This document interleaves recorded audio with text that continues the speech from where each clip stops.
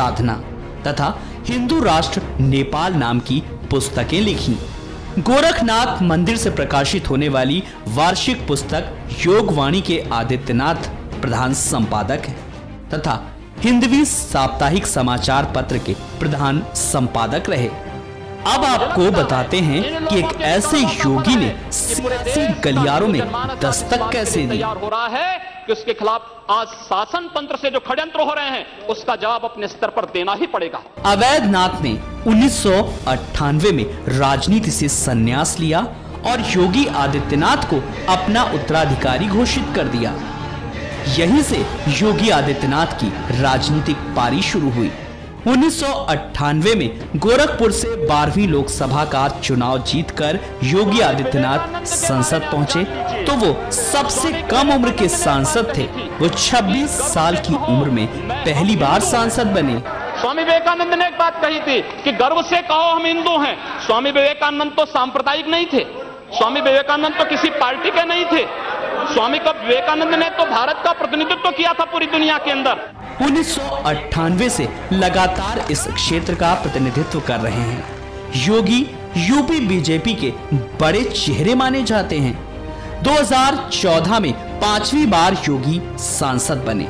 संसद में सक्रिय उपस्थिति एवं संसदीय कार्य में रुचि लेने के चलते योगी आदित्यनाथ को केंद्र सरकार ने खाद्य एवं प्रसंस्करण उद्योग और वितरण मंत्रालय, चीनी और खाद्य तेल वितरण, ग्रामीण विकास मंत्रालय, विदेश मंत्रालय, संचार एवं सूचना प्रौद्योगिकी, सड़क परिवहन, पोत, नागरिक विमानन, पर्यटन एवं संस्कृति मंत्रालयों के स्थायी समिति के सदस्य और गृह मंत्रालय की सलाहकार समिति, काशी हिंदू विश्वविद्यालय और अलीगढ़ विश्वविद्यालयों की समितियों में सदस्य के रूप में समय समय पर नामित किया।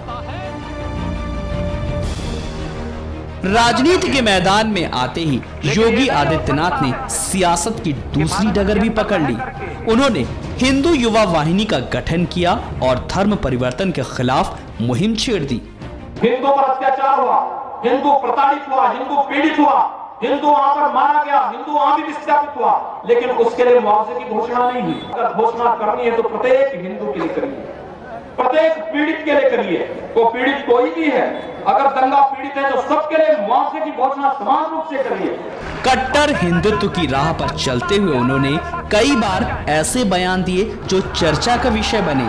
सनसनी पैदा करने वाले बयानों के बीच योगी की ताकत लगातार बढ़ती गई।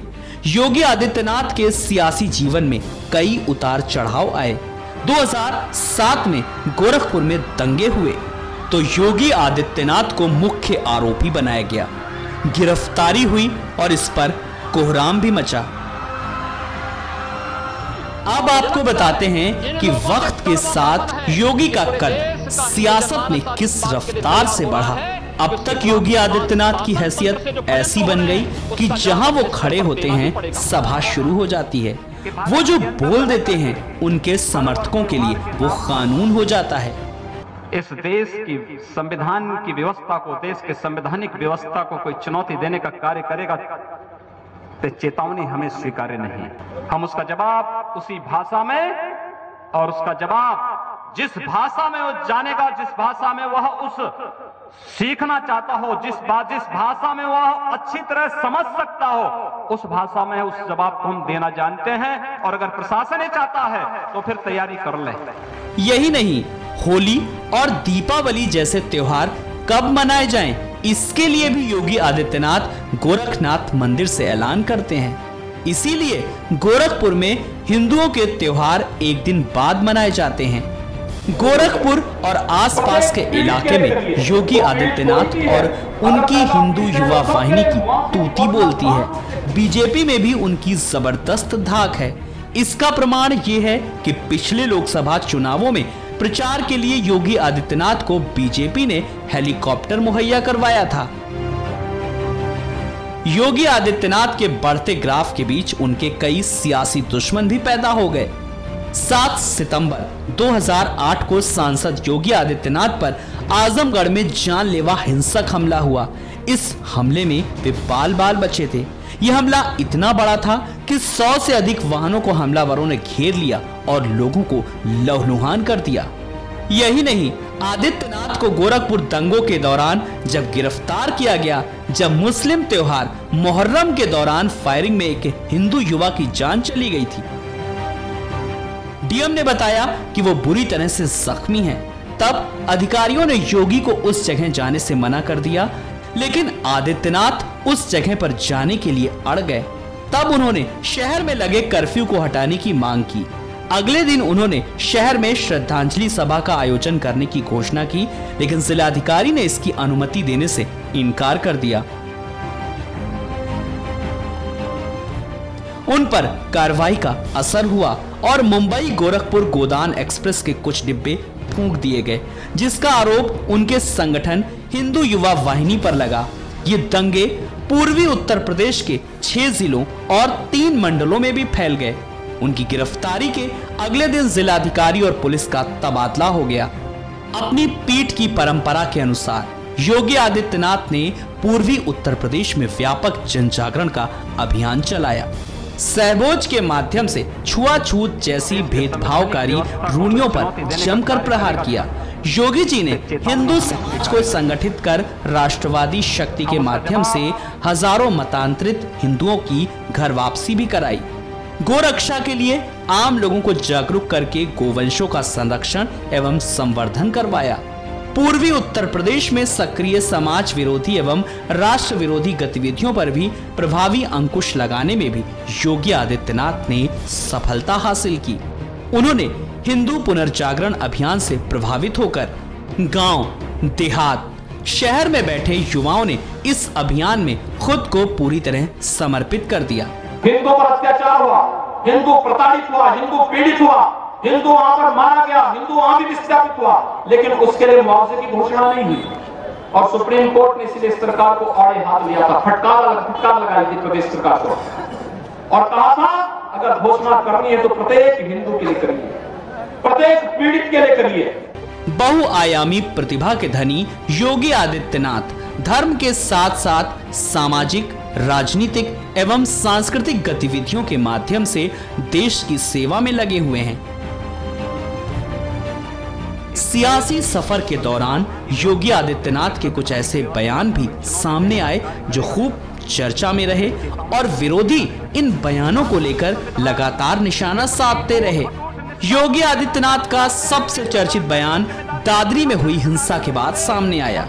योगी ने कहा यूपी कैबिनेट के मंत्री आजम खान के यूएन जाने वाले बयान के बदले उन्हें बर्खास्त किए जाने की मांग की। अगस्त 2014 में लव जिहाद को लेकर योगी का एक वीडियो भी सामने आया था, जिसे लेकर काफी हल्ला मचा था।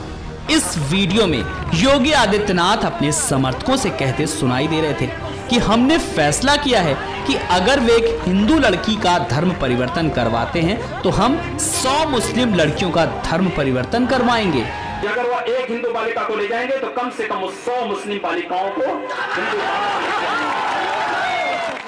बाद में योगी ने वीडियो के बारे में कहा कि मैं इस मुद्दे पर कोई सफाई नहीं देना चाहता। ये मीडिया की जिम्मेदारी है कि वो ऐसे वीडियो दिखाने से पहले उनकी जांच कर ले। योगी के चर्चित बयानों का सिलसिला यही नहीं थमा। फरवरी 2015 में योगी आदित्यनाथ ने विवादित बयान देते हुए कहा था कि अगर उन्हें अनुमति मिले तो वो देश के सभी मस्जिदों के अंदर गौरी गणेश की मूर्ति स्थापित करवा देंगे। साथ ही उन्होंने कहा था कि आर्यव्रत ने आर्य बनाए, हिंदुस्तान में हम हिंदू बना देंगे, पूरी दुनिया में भगवा झंडा फहरा देंगे। हिंदुत्व की सदी है और हिंदुत्व की सदी केवल भारत की नहीं दुनिया की सदी होगी। पूरी दुनिया के अंदर हिंदुत्व का झंडा एक बार पुनः मजबूती के साथ भगवा झंडा दुनिया के अंदर कोने कोने में लहराएगा। मक्का में गैर मुस्लिम नहीं जा सकता, वेटिकन सिटी में गैर ईसाई नहीं जा सकता है, हमारे यहाँ हर कोई आ सकता है। सऊदी अरब के इस पवित्र शहर के बारे में कहा जाता है कि मक्का में कोई गैर इस्लामिक नहीं जा सकता, कोई गैर मुसलमान वहां नहीं जा सकता। वेटिकन सिटी के बारे में पढ़ रहा था, वहां गैर ईसाई नहीं जा सकता। लेकिन काशी हिंदुओं की सांस्कृतिक राजधानी है, धार्मिक नगरी है, काशी के अंदर सब लोग आ सकते हैं। योग के ऊपर भी विवादित बयान देते हुए योगी आदित्यनाथ ने कहा था कि जो लोग योग का विरोध कर रहे हैं उन्हें भारत छोड़ देना चाहिए। उन्होंने यहां तक कहा कि लोग सूर्य नमस्कार को नहीं मानते, उन्हें समुद्र में डूब जाना चाहिए। यही नहीं, अगस्त 2015 में योगी आदित्यनाथ ने कहा था कि मुस्लिमों के बीच उच्च प्रजनन दर से जनसंख्या असंतुलन हो सकता है। योगी ने अप्रैल 2015 में हरिद्वार में विश्व प्रसिद्ध तीर्थ स्थल हर की पौड़ी पर गैर हिंदुओं के प्रवेश पर प्रतिबंध लगाने की मांग की थी, जिसके बाद काफी बवाल मचा था।